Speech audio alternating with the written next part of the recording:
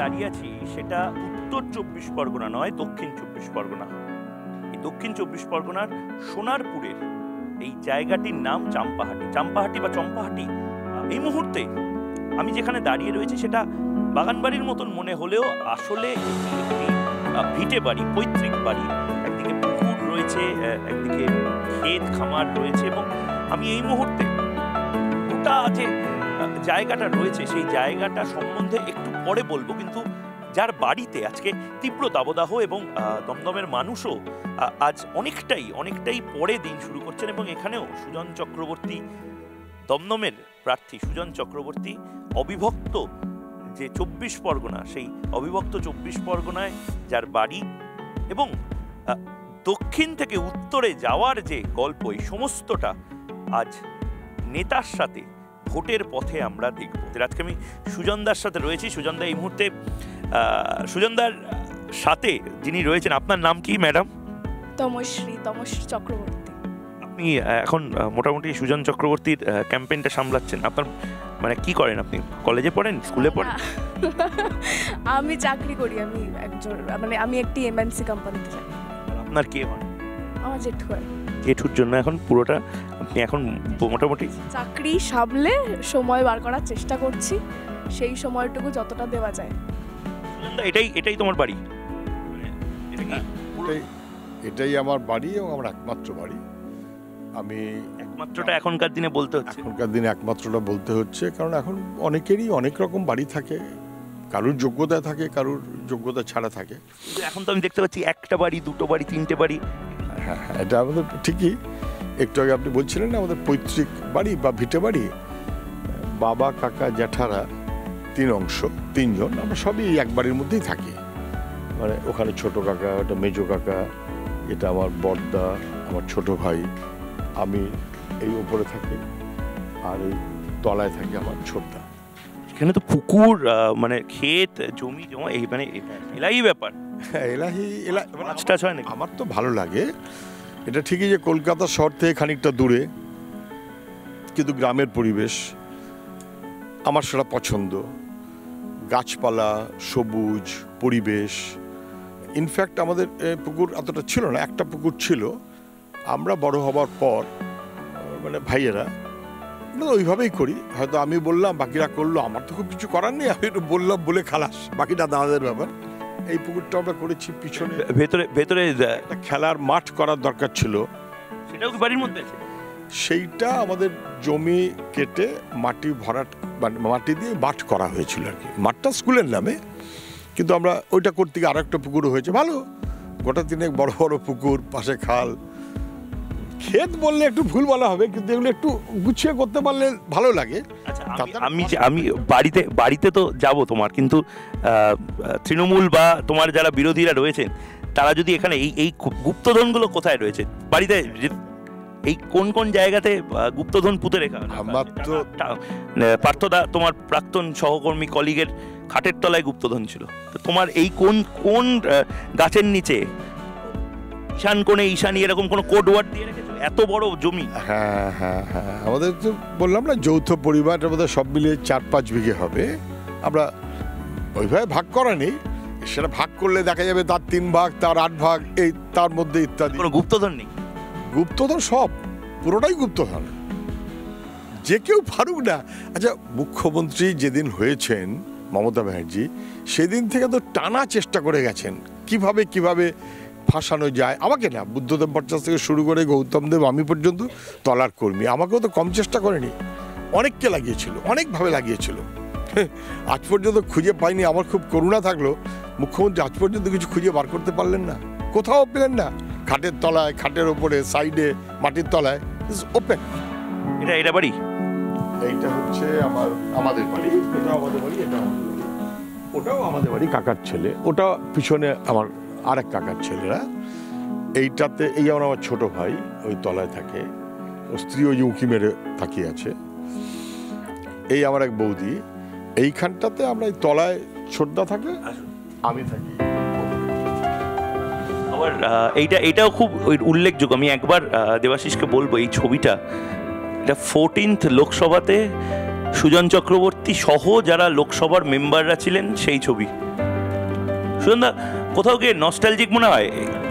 কোন জায়গাটা তুমি কোন? আমি পারবো। হ্যাঁ, এ তো মনমোহন সিং, আমি এইরকম জায়গাটাতে আছি, এইখানে। আরেকটা ছবি লাগানোর সময় এসেছে কি? সেটা জনগণ বলবে, সেটা আমরা বলতে পারি?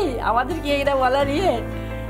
এই ছবিটা তো বদলানোর সময় আছে, মনে মনে তো একটা সবারই ইচ্ছা। সেটা সবার ইচ্ছা হলে সেটা হবে, সবার যদি ইচ্ছা হয় সেটা নিশ্চয়ই হবে। দেখা যাক। এইটা হচ্ছে সুজন চক্রবর্তীর বাড়ি। হ্যাঁ, দেখছি বাচ্চারা খুব ছবি আঁকে এবং এত সুন্দর সুন্দর ছবি আঁকে। আমি এগুলো জায়গার অভাব হচ্ছে, কিন্তু ফেলতেও পারছি না। ক্লাস 8-এ পড়া মেয়ে, এইটা বোধহয় ক্লাস 8-এর পড়া, এটি ছেলে। এইটা বোধহয় 5-এ পড়া একটি কোনো মেয়ে। মানে বাচ্চারা এত সুন্দর সুন্দর ছবি আঁকে, সব টানানো। মানে এখানে যেমন সৌরভ সহ আমরা কতগুলো কর্মসূচিতে আছি, এই ছবিও যেমন আছে, তেমন ওই ছবিগুলো জ্যোতিবাবুর ছবি হাতে আঁকা। কেউ একজন পাঠিয়েছিলেন, আমার সবগুলো সব মনে নেই। আমার ভাইপো ভাইজিরা খানিকটা তবু জানে। এটা তোমার বাড়ি? এই মানে এখানেই থাকো? হ্যাঁ, এটাই আমার বাড়ি। মানে আমি এই ঘরেই বেশিরভাগটা সময় কাটাই। এইখানে আমি বাড়িতে এসে কতক্ষণ থাকতে পারো? আমার সচরাচর অভ্যাসটা 9টা সাড়ে 9টায় বেরিয়ে পড়া সকালে, বাড়ি ফিরতে ফিরতে 11টা প্লাস মাইনাস। তোমার এখানে একটু বসি, কথা বলি। এসে আমি এই বসলাম, এই হচ্ছে আমার টিভি, যা দেখলাম। তারপর এই হচ্ছে আমার ডেরা, এই হচ্ছে আমার ডেরা। আমার সারাদিন হচ্ছে এখানে, আমার সারাদিনটাই এখানে। চায়ের কাপ এবং আমি। কত কাপ চা খাওয়া হয়? সেটা একটু বেশি চা খাই আমি কম বেশি সারাদিনে 12-14 কাপ তো খাই বটেই। 12-14 কাপ চা, ইফ নট মোর। দেখো, চাই একমাত্র আমার যদি কোনো নেশা বলা হয়, সেটা চা। তোমাকে দেখে খুব রিল্যাক্স মনে হচ্ছে। দমদমে কি এই এসে বসলাম, এখানেই কাগজ পড়লাম, এখানেই বইপত্র নিয়ে বসলাম। এই আমার ডেরা এইটা। মানে খুব রিল্যাক্স মনে হচ্ছে। দমদমে কি পজিটিভ কোনো হিন্ট পাচ্ছ? দেখো, এমনিতে দমদমে পজিটিভ হিন্ট তো পাচ্ছি। মানুষ সত্যি ভালো, তারা খুবই সদর্থক মনোভাবে আছেন বলে আমি যতটুকু বুঝি। আর তার বাইরে সাধারণভাবে রিল্যাক্স মনোভাবে চলাটা, খুব টেন্সড মনোভাবে চলাটা আমার নেচার না। সৌগত রায় আর শিলভদ্র দত্ত, আমি ওদের শুভেচ্ছা জানাই। ওরা দুজনে আমার চেয়ে বড়। সৌগত দা তো অনেকটাই সিনিয়র, 15, 16, 18 বছর কিছু একটা হবে, কি 20 বছর কিছু একটা হবে। আমার চেয়ে অনেকটাই সিনিয়র। আমি সৌগত দা বলি, শিলভদ্র বাবু বলি। সৌগত দা আমরা একসাথে, উনিও এমএলএ ছিলেন, আমিও এমএলএ ছিলাম। যদিও আমি যখন এমপি তখন উনি এমপি নন, উনি যখন এমপি তখন আমি এমপি নই। শিলভদ্রবাবুও গতবার তৃণমূলের এমএলএ ছিলেন, যদিও এবার উনি বিজেপির ক্যান্ডিডেট হয়েছেন। আমি ওদের শুভেচ্ছা জানাই। ওরা রিল্যাক্সড না টেন্সড, কেন রিল্যাক্সড কেন টেন্সড, এটা আমার কাছে গুরুত্বপূর্ণ নয়। না, অনেকে বলছে সিপিএম 0-0-0। দমদমে কতটা চান্স তোমার মনে হয় অ্যাজ আ ক্যান্ডিডেট তোমার? যারা মনে করছেন তারা সঙ্গে এটা যেন বোঝেন যে সিপিএম 0 মানে বাংলার কিন্তু সর্বনাশটা হয়েই চলেছে। সিপিএম 0 হলে কি মানুষের লাভ হচ্ছে? কার লাভ হচ্ছে? মানুষ তো নানান সংকটের মধ্যে আছে। সে জিনিসের দাম হোক, কাজের প্রশ্ন হোক, লুঠের ব্যবস্থা হোক, দাপিয়ে বেড়ানো বলতে যা বোঝায় চোখ রাঙানি। সিপিআইএম ভরসা করতে পারলে মানুষের সুবিধা হবে। আমি এটা নিশ্চিত, যা আমি বুঝি, যাদবপুরের মানুষ খুবই সদর্থক মনোভাবে। আমরা জিতব। কে হারবে আমি আর বললাম না, আমরা জিতব। যে কেউ হারতে পারে, সৌগত রায় হারতে পারে, শিলভদ্র দত্ত হারতে পারে। একজন জিতলে বাকিরা হারবে, সবাই। একজন কেন হারবে? মানে জিতবে তুমি, এটা কনফিডেন্ট? হ্যাঁ। দমদমে উন্নয়নও তো প্রচুর হয়েছে, সেই দমদমের উন্নয়ন নিয়ে। দমদমে উন্নয়ন আমি জানি না। উন্নয়ন যদি কিছু কেউ বলেন, সেটা হয়েছে তখন যখন বাম আমল ছিল। যা যাবতীয় গ্রাম পশ্চিমবাংলায় ছেলে মেয়েদের লেখাপড়া, শিক্ষা, গ্রামের পরিকাঠামো। যখন বামফ্রন্ট ছিল না তখন গ্রামে রাস্তা ছিল না ভাই, প্রায় গ্রামে বিদ্যুৎ ছিল না। মমতা বন্দ্যোপাধ্যায় তো বলবেন রাস্তা করে দিয়েছে, তোমার বাড়ির সামনে আমি নীল সাদা ব্রিজটা পর্যন্ত দেখলাম মমতা বন্দ্যোপাধ্যায় করে দেওয়া। না না না, সে তো পশ্চিমবাংলায় যা আছে সবই নীল সাদা, অ্যাজ ইফ সবই পশ্চিমবাংলায় জন্মই হয়েছে মমতা ব্যানার্জি আসার পর, এর একটা ভাব আছে। নীল সাদা রং করে অতীত থেকে স্মৃতি সরিয়ে আনার প্রচেষ্টা। আমার বাড়ির সামনে ব্রিজটা হয়েছে 1982 সালে, 1982। তখন সেচমন্ত্রীর নাম ছিল প্রভাস রায়। পাশে একটা স্কুল আছে, বা গ্রামের লোক যাতায়াত করে, স্কুলের মেয়েরা যাতায়াত করে। তার আগে আমরা বাঁশের সাঁকো দিয়ে যাতায়াত করতাম। বাঁশের সাঁকো জানো? আমি নিজে বাঁশের সাঁকোয় যাতায়াত করেছি যখন বামফ্রন্ট ছিল না। এটা হয়েছে 1982। আমার মেজদার যখন বিয়ে হচ্ছে তার পরে, কারণ 82। তখন মমতা ব্যানার্জি কোথায়? দমদমে উন্নয়ন আপনি কি দেখতে পাচ্ছেন বলুন দেখি? এই তৃণমূল আসার পর ডাকব্যাগ বন্ধ, প্রিয়া বিস্কুট বন্ধ। হ্যাঁ, ডাকব্যাগ তো এই আমলে বন্ধ হয়েছে সিপিএম এর। যা হয়েছে সব সিপিএম এর। একটাই অপরাধ যদি কেউ বলেন, তৃণমূল জন্ম নিয়েছে সিপিএম এর আমলে। বাকি যা আপনি দেখতে পাচ্ছেন, আমি কটা কারখানার নাম বলবো এই গত ক বছরে যেগুলো বন্ধ হলো তৃণমূল আসার পর। ওরা তো কি একটা অনেক বলতেন বামফ্রন্ট আমলে, তালিকা কোনদিন দিতে পারেনি। আমি পরপর তালিকা বলে দেবো। ডাকব্যাগ, প্রিয়া বিস্কুট, সব সিপিএম আমলে, ইন্ডিয়া ফার্স্ট, এই আমলে, তৃণমূল আমলে, এই আমলে। আচ্ছা, যেসব বিক্রি হচ্ছে এই আমলে কত শুনতে চান আপনি? যেসব নিয়ে তো বাবুল সুপ্রিয় এত লেখালেখি করেন। বাবুল সুপ্রিয় কখন লেখালেখি করেছেন? তখন হয়তো উনি বিজেপিতে ছিলেন, এখন আবার উনি তৃণমূলে এসছেন। উনি বিজেপির হয়ে লিখেছিলেন না তৃণমূল হয়ে লিখেছিলেন? ওর তো গান ছিল এই তৃণমূল আর না। তারপর উনি আবার তৃণমূলে চলে গেলেন, বললেন এই তৃণমূলই সব। ফলে ওগুলো ছেড়ে দিন, আমি ওগুলো বলছি না। আমি দমদমে যেটা অত্যন্ত খারাপ লাগছে দেখে, প্রচার করতে তো আর বেশি বুঝতে পারছি।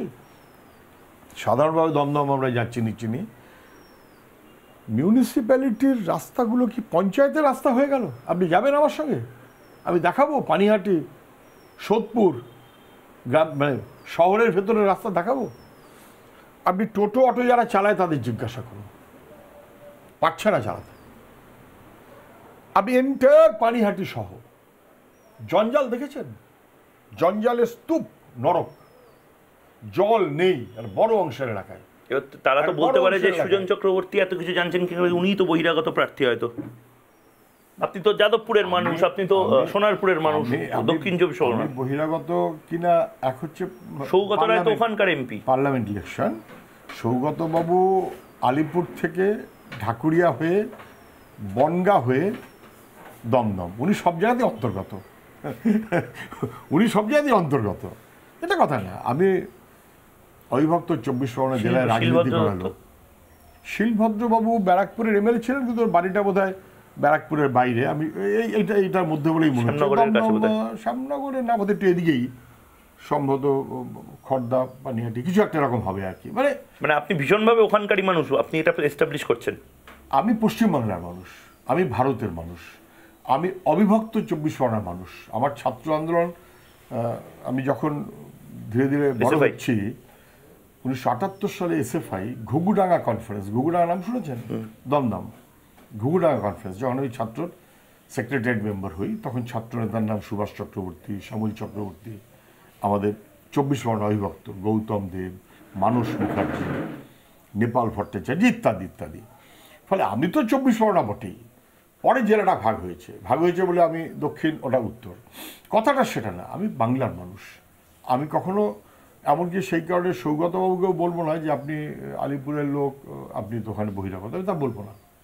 এটা রাইট, উনি দাঁড়াতেই পারেন যে কোনো জায়গাতে। কিন্তু আমি বলছি জঞ্জাল, জল, রাস্তাঘাট বেআইনি নির্মাণ, 5.5 ফুট 6 ফুট রাস্তা, প্রচার করতে গিয়ে ঘাড় আর উচ্চতায় থাকতে হচ্ছে 7 তলা। এরকমভাবে দেখা যাচ্ছে না, এবং সেটা একটু না, প্রচুর প্রচুর। গার্ডেন রিচ ভেঙে পড়েছে, লোকে বুঝতে পারছে। কোনদিন ওখানেও একটা বাড়ি ভেঙে এক মহিলা মারা গেছেন, জানেন বোধ হয়, খড়গ্রামে গেছিলাম। ফলে সেদিক থেকে বেআইনি নির্মাণটাও ভয়াবহ। বেশ, মানুষ চায় কিন্তু আসলে কাজ যুবকের, মায়েরা চায় কটাকাকে পেলেও তার চেয়ে বড় মানুষ যেটা চায়, মহিলা যেটা চায়, সন্তানের মঙ্গল কামনায় ব্রত পালন করে, সন্তানকে সুস্থ দেখতে চায়, কর্মরত দেখতে চায়। কিন্তু সেই মায়েরা চোখের জল ফেলছে, ছেলে মেয়ের কাজ পশ্চিমবাংলায় নেই। বামফ্রন্ট আমলে এসএসসি চাকুরি দেবার সংগঠন ছিল বছরে বছরে, এখন এসএসসি চাকরি খারিজের সংগঠন হয়ে গেছে। চাল আর কাকড়কেও তারা ফারাক করতে রাজি না। লুট, এগুলোকে বাংলার মানুষ পছন্দ করেন? এগুলোকে কোনো মানুষ পছন্দ করেন? যে হাইট ছিল বাংলার, আজ লুঠের রাজত্ব বাংলা।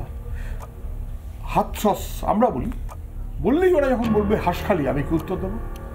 বললেই ওরা যখন বলবে হাতছস অথবা হাঁসখালি ছাপিয়ে গেল সন্দেশখালি, কি উত্তর দেবো? এই অপরাধের দায়ে মুখ্যমন্ত্রীকে অস্বীকার করবেন, তৃণমূল সরকারকে অস্বীকার করবে?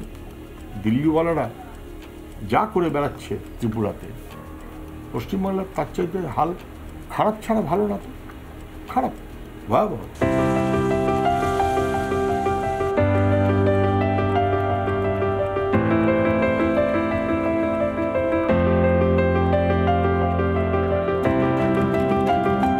এই মুহূর্তে দুপুরের খাওয়ার একটা ছোট্ট ব্রেক এবং তারপর আবার প্রচারে বেরোনো। এবং আর যেমনটা বলছিলাম যে দাবদাহের কারণে সুজনদা একেবারে বাড়িতে ছিলেন।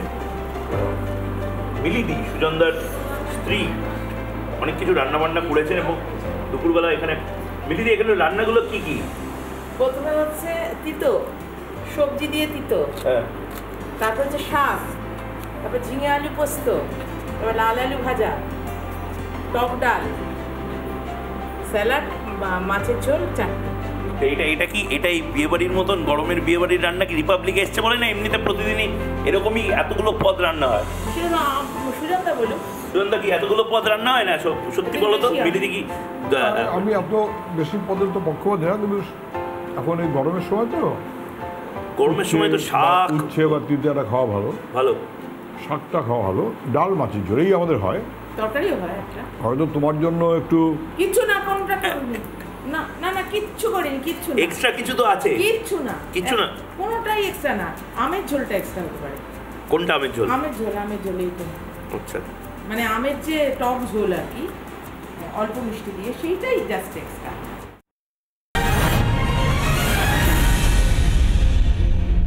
লড়াইটা কিন্তু মানুষের রুটি রুজির লড়াই। এই রোজ যে একটা হচ্ছে, এ বলছে আমি দেখে নেবো, ও বলছে আমি দেখে নেবো, এ বলছে আমার এত আসন চাই, ও বলছে আমার এত আসন চাই, এই যে দাপট দাপট ভাব, এটা মানুষ পছন্দ করে না। সুজনদা ভয় লাগে না কোনোদিন রাজীব কুমারের সিআইডি সত্যি যদি চলে আসে, এসটিএফ সত্যি চলে আসে? আমি তো অপেক্ষায় আসুক না, আসলে একদম জাগা হবো। এক মিনিট যদি আপনি ক্যামেরাটা ওদিকে দেখেন তাহলে দেখবেন সবই প্রায় চাবি দেওয়া। দেখুন চাবিগুলো মানে লাগানো, কোনোটাই চাবি কোনো রক্ষণা দেখুন বন্ধ না, কোনোটাই বন্ধ না। দেখুন চাবিগুলো টানো টানো ডান্ডে দেবে ঘুরে যাবে, হ্যাঁ। কোনো লাগানোই হয় না। বিজেপি তৃণমূল কারোর পৈতৃক সম্পত্তি অথবা ফিক্সড ডিপোজিট ভোট নেই। মানুষ, সেই মানুষ বাম সরিয়ে তৃণমূল ঠকেছে, তৃণমূলের পরিবর্তে বিজেপি ডবল ঠকেছে। তারা এখন বুঝতে পারছে লাল ঝান্ডাই একমাত্র মানুষের নিরাপত্তার, ভবিষ্যতের অগ্রগতির স্বপ্নের গ্যারান্টি। না না না, কিচ্ছু করিনি, কিচ্ছু না, এক্সট্রা কিছু তো আছে? কিচ্ছু না, কিচ্ছু না, কোনোটাই এক্সট্রা না। আমের ঝোলটা এক্সট্রা হতে পারে। কোনটা আমের ঝোল? আমের ঝোলেই তো, আচ্ছা, মানে আমের যে টক ঝোল আর কি, অল্প মিষ্টি দিয়ে, সেইটাই জাস্ট এক্সট্রা। আমি হয়তো চাটনি খাই, ওরা আমের ঝোল, ব্যাস, আর কিচ্ছু না, কিচ্ছু না। তুমি খাবে কখন, বসবে কখন? এখনই বসে সুজনদা মানে এই যে প্রচারে আমরা যে বেরোবো এখন, তাই মূল মানে কোন ইস্যুটাকে নিয়ে প্রচারটা করবে? মানে দমদমের মানুষ কি শুনতে চাইছে? দেখো, লড়াইটা কিন্তু মানুষের রুটি রুজির লড়াই। এই রোজ যে একটা হচ্ছে, এ বলছে আমি দেখে নেবো, ও বলছে আমি দেখে নেবো, এ বলছে আমার এত আসন চাই, ও বলছে আমার এত আসন চাই, এই যে দাপট দাপট ভাব, এটা মানুষ পছন্দ করে না।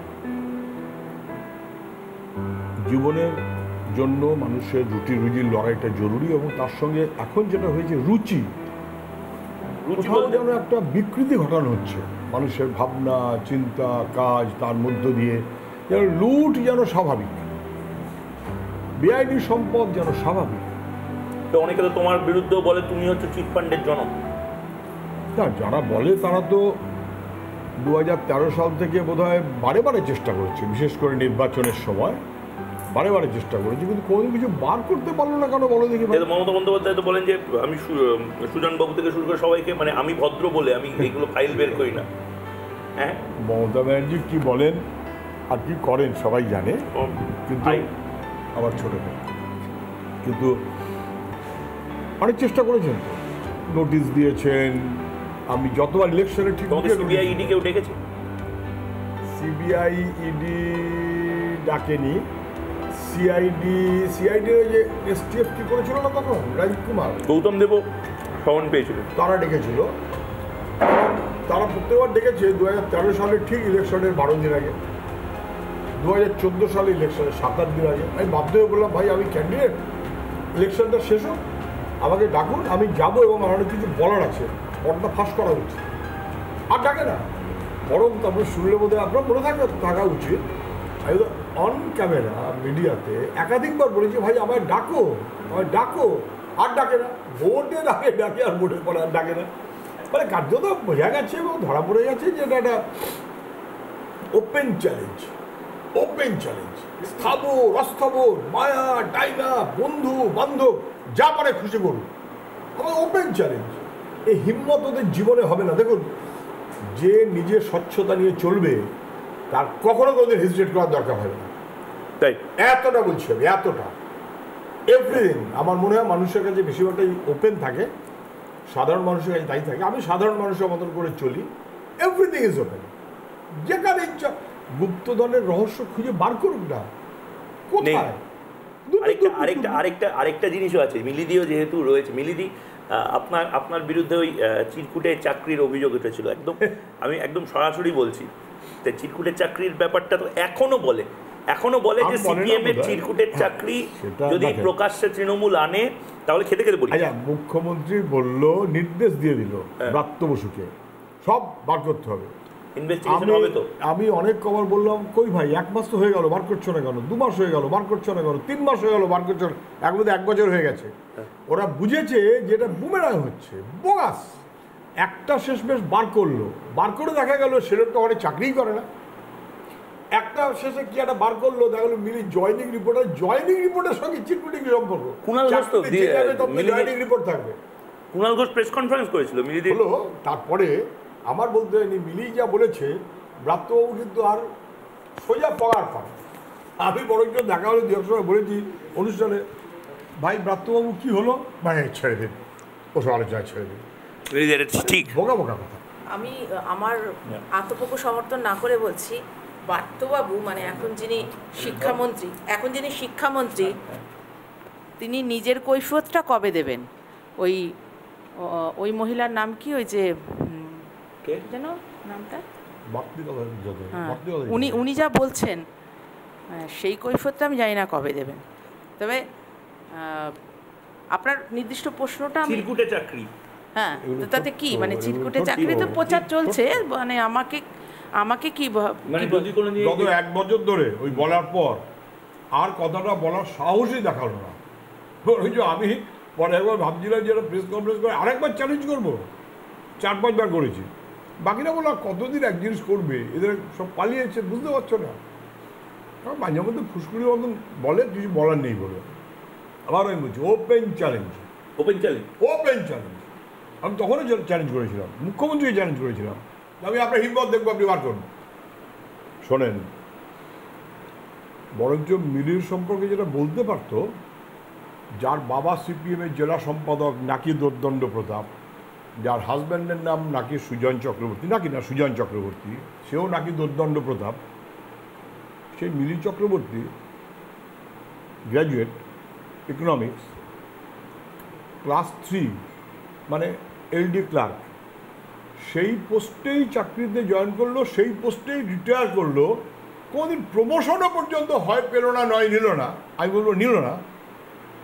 এইটার রহস্যতে খুঁজে বার করা উচিত যে কেন আরেকটু উঠলো না, কেন এটা না বুঝে বোকার মতো কথা বললে বুমেরাং হয়। মিনিদি, আমি একটা জিনিস আপনাকে জিজ্ঞেস করছি, এই যে আপনারা মোটামুটি এই বাড়িতে এই ঘরে থাকেন, ছোট্ট টিভি এবং এসিও নেই বোধহয়, এই খাটের তলায় টাকা আছে? এসি তো দেখতে পেলাম না, খাটের তলায় টাকাটা আছে? আপনারা এসেছেন, খুঁজে বার করুন। আপনারা এসেছেন তো ক্যামেরা রয়েছে সামনে, খুঁজে বার করুন। সব ওপেন, খুলে দিচ্ছি। সুজনদা, ভয় লাগে না কোনোদিন রাজীব কুমারের সিআইডি সত্যি যদি চলে আসে, এসটিএফ সত্যি চলে আসে? আমি তো অপেক্ষায় আসুক না, আরে আমাদের- জায়গা হবো। 1 মিনিট যদি আপনি ক্যামেরাটা ওদিকে দেখেন তাহলে দেখবেন সবই প্রায় চাবি দেওয়া। দেখুন চাবিগুলো মানে লাগানো, কোনোটাই চাবি কোনো রক্ষণা দেখুন চাবি সব চাবি বন্ধ না। কোনোটাই বন্ধ না। দেখুন চাবিগুলো টানো টানো ডান্ডে দেবে ঘুরে যাবে, হ্যাঁ। কোনো লাগানোই হয় না। মানে একদম ভেতরের থেকে দেখুন, ও খাটের তলাও দেখতে পারেন, কোনো ব্যাপার না। একবার খাটের তলাতেও দেখে নিও। খাটের তলা দেখে নিন কি কি আছে। আমি মানে এই কনফিডেন্সটা, এইটা অনেকে বলে যে বামপন্থীদের এই কনফিডেন্সটা আছে, তার কারণ বামপন্থীরা বেরোনোর আগে, সরকার থেকে চলে যাওয়ার আগে সব জ্বালিয়ে পুড়িয়ে একেবারে শেষ করে দিয়েছে, রাইটার্স বিল্ডিংয়ে আগুন লাগিয়ে। তো বললো আমার কাছে সব তথ্য আছে, আমি ফাঁস করবো, করতে পারছে না, অসহায় হয়তো। এতগুলো ফাইল দেখালো, ফাইলগুলো মমতা কাছে মমতা দেখিয়েছিল, ফাইলগুলো কোথায় গেল? মমতা পুড়িয়ে দিয়েছে। মনে পড়ছে কি এত ফাইল দেখিয়েছিল, সেই ফাইলগুলো তো মমতা কাছে, সে তো সরকারের কাছে ছিল না, সেগুলো কোথায় গেল? মানে চিটফান্ড থেকে শুরু করে চাকরি থেকে শুরু করে কোনো কিছুতে ভয় নেই সুজন চক্রবর্তীর। জীবনে কোনোদিন ছিল না, ভবিষ্যতেও থাকবে না। যদি কোনোদিন তার জন্য ভয় করতে হয় তাহলে তার আগে পার্টি ছেড়ে চলে যাবো, রিজাইন করে চলে যাবো। রাজনীতিটা ব্যক্তির ক্ষমতার জন্য নয়, রাজনীতিটা মানুষের জন্য। দিদিকে যদি ভয় পান? ব্যক্তির ক্ষমতার জন্য হতো তাহলে অন্য দল করতে হতো। মানুষের জন্য, মানুষ। কখনো মনে হয়নি, মিলিদিকেও জিজ্ঞেস করছি, সুজনদা আপনাকেও জিজ্ঞেস করছি, কখনো মনে হয়নি যে এরা আরো ভালো ল্যাভিশ লাইফস্টাইল, ঝাঁ চকচকে 7টা 8টা সেন্ট্রাল ফোর্স নিয়ে? যদি হতো তাহলে তো আমি চাকরি বাকরি করতে পারতাম। চাকরি করতে পারতেন? চাকরি করলে ল্যাভিশ লাইফ কি কারোর চেয়ে কম? মানে আমি অনেকেই হয়তো জানেন না আপনার মানে শিক্ষাগত যোগ্যতাটা যদি একবার বলেন। আমি বারবার বলি না, আমি কেন বলতে যাবো, লোকে সব জানে। দেখো, লোককে আন্ডারস্টিমেট করবে না, লোক সব জানে। আমি, আমার বন্ধুরা, তারা চাকরি করে ল্যাভিশলি চলে, অনেকের কাছে সেটা ঈর্ষার কারণ হতে পারে, সেটা আমার পক্ষেও সম্ভব ছিল, কিন্তু আমি কোনোদিন মনে করিনি যে সেটা আমার কাছে শ্রেয়। আমি মনে করেছি তার চাইতে মানুষের সঙ্গে থাকাটা আমার প্রয়োজনীয়। রাজনীতি মানে মূল্যবোধ, নৈতিকতা, সেটা সিম্পলি এই মুহূর্তে আছে 110 ভাগ, 120 ভাগ, 130 ভাগ, কত চান? সমাজে সবসময় কিছু না কিছু এদিক ওদিক থাকবেই, 100% এটা একরকমভাবে চলে না। তো যদি আমাদের কোথাও কাউকে দেখেন ব্যতিক্রম পাবেন, পার্টির নজর থাকে, পার্টির অ্যাকশন নেয়। বাকিদের যেমন ন্যাচারাল হচ্ছে লুট, ন্যাচারাল হচ্ছে বেআইনি সম্পদ, ন্যাচারাল হচ্ছে ফ্ল্যাটের পর ফ্ল্যাট। ঠিকই আমার বাড়িতে এসি নেই, আর এসি কেনার মতন সুযোগ ছিল না। একটা এলডি ক্লার্কের চাকরি করলেও সেটা হয়তো সুযোগ ছিল, আর যদি নাও থাকে আমরা যৌথ পরিবার, সত্যি যদি বলেন যৌথ পরিবার। এই ছোট ভাইকে দেখলেন না, মানে আপনারও ভাইপো আছে, আপনারও ভাইজি আছে, তার একসাথেই থাকে? আমার সন্তান নেই, সংসার আছে। আমার ভাইপো, ভাইজি, প্রতিবেশী, পাড়ার বাচ্চারা, এই সব মিলিয়ে আমার সংসার বা আমাদের সংসার। যৌথ পরিবারের কনসেপ্টে আমরা এখনো চলি, এবং আমার মনে হয় সেটা ভালো। তার চেয়েও যেটা আমি বলতে চাইছিলাম যে আমার ছোট ভাই একবার এসি কিনবার সময় নিয়ে চলে আসলো, আমি লাগালাম না। এই কারণে লাগালাম না, ওটুকু লাগাবার মতন হিম্মত আমার ভাইদের আছে, সবার নেই। আমি না হলে কি চলে? না হলে চলে। মাসখানে খুবই কষ্ট হয়, খুবই। সে অ্যাফোর্ড করা যায় না, অ্যাফোর্ড করা যায়। গ্রামের দিকে থাকি বলে, হয়তো শহরের দিকে থাকলে পারতাম না। গ্রামের একটু হাওয়া বাতাস থাকে, সেটা আমার ন্যাচারাল মনে হয়। এবং এই ন্যাচারাল পরিবেশটাকে রক্ষা করতে পারার মধ্যে অপরাধ, আমি সেটার পক্ষপাতী। আর সারাদিন তো রাস্তায় থাকি, সব জায়গায় এসে থাকে না, অভ্যস্ত নাই হলাম। দ্যাট ডাজন্ট মিন যে যার এসি আছে সে কোনো ভুল করছে। তার এলাকা, পরিবেশ, হাওয়া বাতাস, আমার গ্রাম, আমার হাওয়া বাতাস আছে, ফলে আমি অ্যাফোর্ড করতে পারছি। দরকারটা কি, বাড়তির দরকারটা কি? What is natural is natural. আমার আলু পোস্ত খেতে খেতে, আলু পোস্তটা খুব ভালো হয়েছে, আলু পোস্ত খেতে খেতে আমার শেষ প্রশ্ন, তারপরে আমরা প্রচারের দিকে যাব।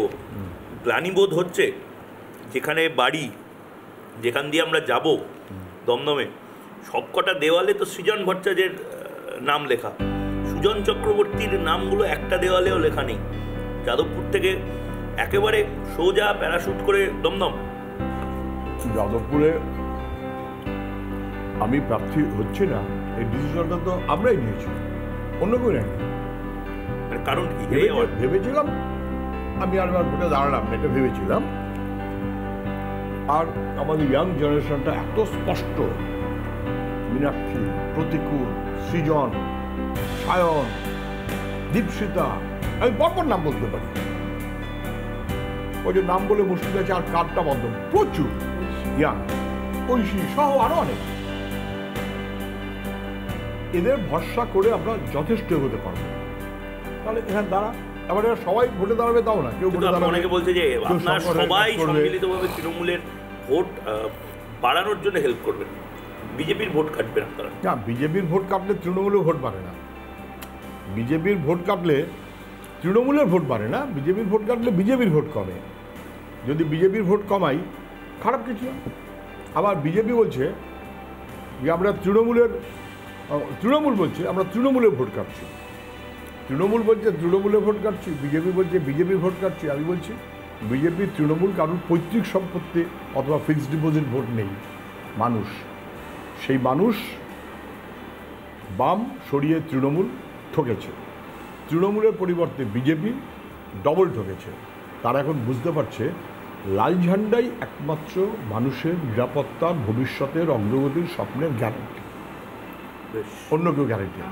এবং সেই কারণেই যখন আমরাই ঠিক করেছি যে দাঁড়াবো না, তারপর ঠিক করে না দাঁড়াতে হবে, তাহলে কোথায় দমদমে দাঁড়াতে হবে, হলো ফাইন। এখানে সৃজনের নাম দেয়ালে লেখা দেখলে আমার ভালো লাগছে, যিনি কি বলবেন দমদমে সৃজন দেখা যাচ্ছে, এখানে সৃজন খুব ভালো। একদম ঠিক কথা, একদম ঠিক কথা। কিন্তু আমার একটা কথা, যে প্রশ্নটা আপনি আমাকে করেছিলেন, সেটা হচ্ছে এইরকম যে আচ্ছা আমরা কেবলই ওপর দিকে তাকাবো কেন, আমরা তো নিচের দিকেও তাকাতে পারি। তাহলে নিচের দিকে তাকালে আমরা কি দেখতে পাই, যে আমাদের থেকে আরও অনেক লোক অনেক কষ্টে আছে, তাদের তুলনাতে আমরা অনেক ভালো আছি। জোরের সঙ্গে আবারও বলছি, তাদের তুলনাতে আমরা অনেক ভালো আছি। এক, দুই হচ্ছে যে কষ্ট ঠিকই, এসে থাকলে বাড়তি একটু ভালো ঘুম হয়, এসে থাকলে একটু তো আরামবোধ বেশি হয়। বেশি আরামবোধের প্রয়োজনটা কি? একটু তো কষ্ট স্বীকার করা দরকার। কষ্ট সহ্য করবার একজন কমিউনিস্ট হিসেবে একটু মানে কম, আমাদের তেমন কিছু কষ্ট করছি না, জেলে যাচ্ছি না এখনও, সেভাবে সে সমস্ত হচ্ছে না, তার জন্য প্রস্তুত আছি। কিন্তু তার জন্য একটু গরমে কষ্ট, এটা এমন কি, এইটুকু কষ্ট সহ্য করবার তো মানে সহ্য ক্ষমতা রাখতে হবে। আরো বিশেষ করে যেহেতু গ্রামে আছে, রাজনৈতিক বন্দী হিসেবে জেলে যাওয়ার একটা অ্যাসপিরেশন সবার থাকে। বিশেষ করে আমি দেখেছি এসএফআই, ডিওয়াইএফআই, সিপিএম এর লোকেদের চুরি করে জেলে যাওয়ার যে এখন নতুন একটা ট্রেন্ড শুরু হয়েছে, কখনো মনে হয় না যে এই কম্পিটিশনে তো পিছিয়ে পড়লেন? মানুষের আশীর্বাদ থাকুক, আলিপুর জেল, দমদম জেলে কত পুরনো বন্ধুদের দেখতে পারবে। মানুষের আশীর্বাদ থাকুক যেন ইলেকট্রাল বন্ডেও আমরা শূন্য থাকি বরাবরের জন্য, ইলেকট্রাল বন্ড মার্কা ব্যাপারে, অথবা চুরি করে জেলে যাওয়া নেতা মন্ত্রী সেই লিস্টে আমরা যেন চিরকাল শূন্য থাকি, এটাই মানুষের কাছে আমাদের আশীর্বাদ প্রার্থনা।